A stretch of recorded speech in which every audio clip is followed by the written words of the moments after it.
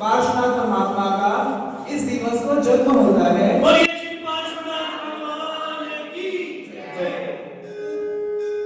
परमात्मा का जन्म होता है ना, उस समय सभी ग्रह उच्च स्थिति में होते हैं, सारा का सारा वातावरण आनंदमय शुद्ध होता है। जब परमात्मा का जन्म होता है उस समय नरक में भी प्रकाश होता है, सभी प्रकार के जीवों को क्षण भर के लिए साता मिलती है, सुख का अनुभव होता है, चाहे कोई भी किसी भी अवस्था में जीव हो। अकेला नारियों को तो मिलता ही, आम लोगों को हमें तो सुख का अनुभव होता ही है, लेकिन जो जीव दुख में पल रहे हैं उनको भी सुख का उस समय क्षण भर के लिए अनुभव होता है।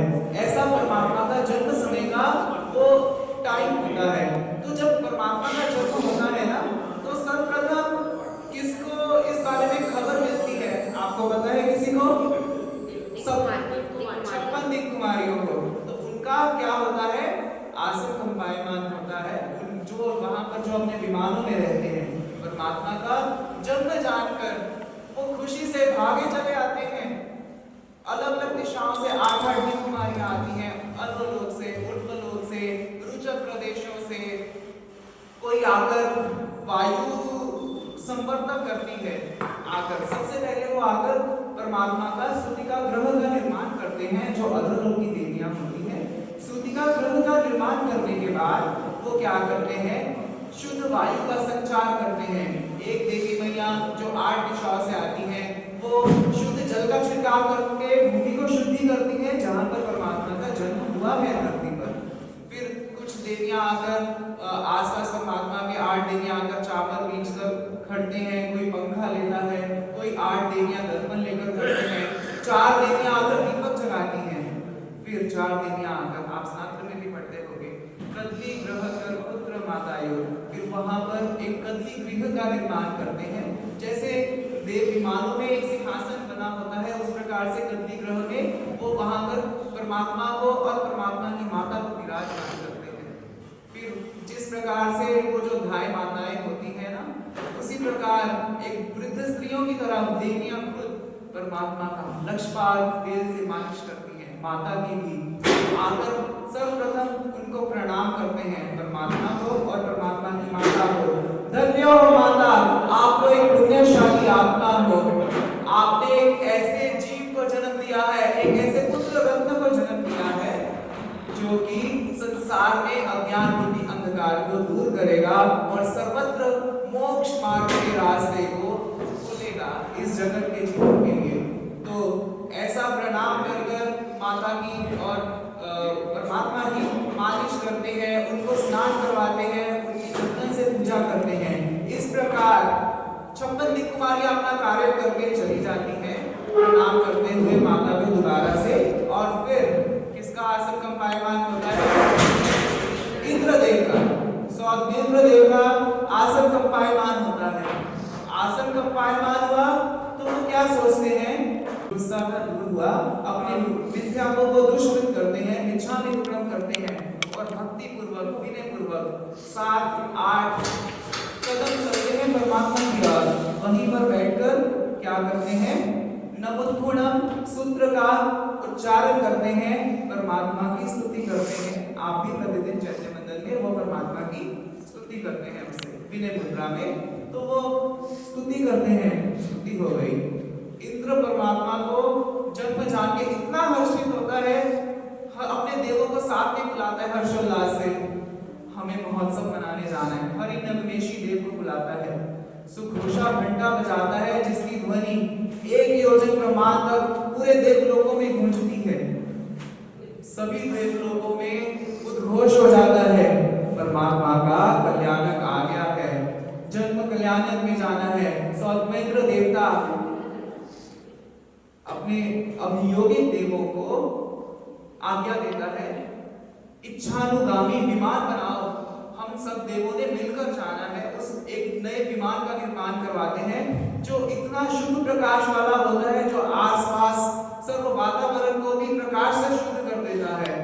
तो उसमें 84 लाख देवों के बैठने की जगह बनाई जाती है। इस प्रकार से अब देवता आना शुरू होते हैं, इतना हर्षोल्लास होता है ना देवों में, वो सोचते हैं हम जल्दी से जाएं, कहीं मेरे को वहां पे सीट तो नहीं रह जाएगी मेरी, मेरे को भी वहां मेरे को कहीं इंद्र देवता छोड़ तो नहीं जाएंगे, परमात्मा के अभिषेक में जा रहे हैं, नहीं मैं रह ना जाऊं। तो ऐसा सोचते हुए इंद्र महाराजा सभी के सभी मिलकर, देव मिलकर कहाँ जाते हैं? नहीं, मेरु पर्वत पर नहीं जाते, तो वो कहाँ जाते हैं? वाराणसी नगरी में आते हैं इच्छानुगामी विमान से। तो वो विमान जैसे जैसे आता है धरती पर, उस प्रकार से वो छोटा होता जाता है। वाराणसी नगरी में आते हैं। वो सबसे पहले ना जब विमान आता है ना, वो नीचे धरती पर नहीं रुकता।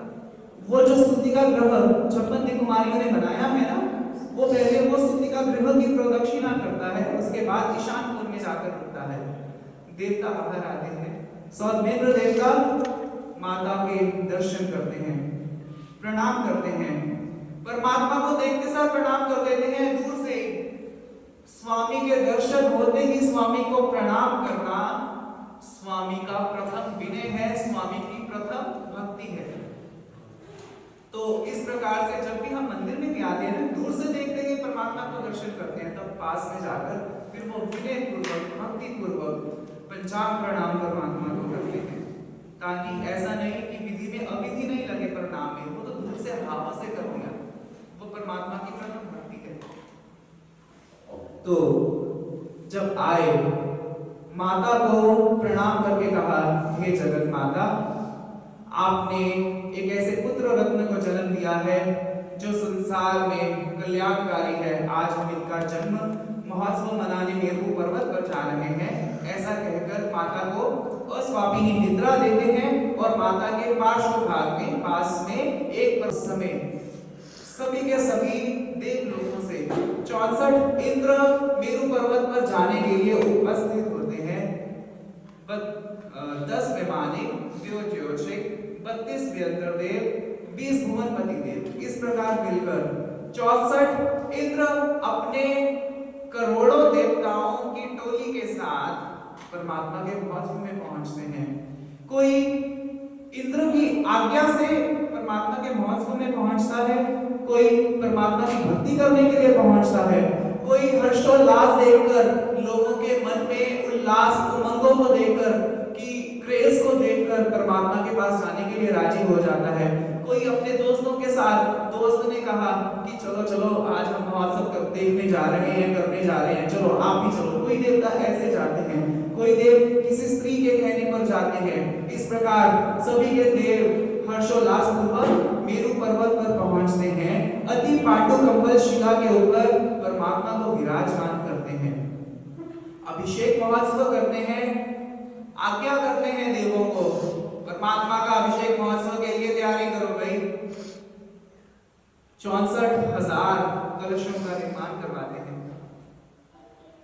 8 जाति के कलश होते हैं, सोना, रूपा, चांदी, माटी, इनके 8 कॉम्बिनेशन बनाकर 8,000 कलश होने से तो 64,000 कलश बनते हैं। और इंद्र परमात्मा के 250 अभिषेक स्वयं करते हैं, लेकिन 64,000 कलशों से एक अभिषेक होता है। तो इस प्रकार 1,60,00,000 अभिषेक परमात्मा के करते हैं। जब सौमेंद्र देव परमात्मा के 249 अभिषेक करते हैं और ईशानेंद्र परमात्मा को हाथों में धारण करते हैं।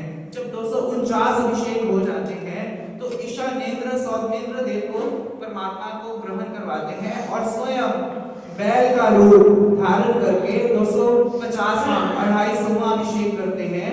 किस भावों से? हे परमात्मा, हम आपके सामने बैल के समान हैं, पशु के समान हैं, ऐसा भक्ति भाव रखते हैं। हम आपके सामने कुछ भी नहीं है, एक सिर्फ पशु के बराबर ही है।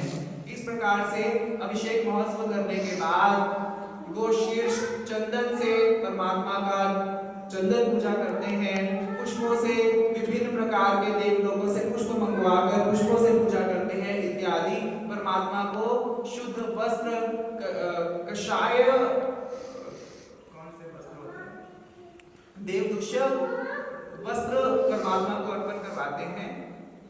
ठीक है, उसके बाद आरती और मंगल दीपक करते हैं। मेरू पर्वत से वापस वाराणसी नगरी में आते हैं और आकर परमात्मा के समक्ष माता को पहले प्रणाम करते हैं और परमात्मा को वहां पर दोबारा उनके स्थान पर विराजित कर देते हैं। उसके बाद उसी समय उद्घोषणा करते हैं, जो भी परमात्मा और परमात्मा की माता का अशुभ चिंतन करेगा, तीनों लोगों में घोषणा करवाते हैं।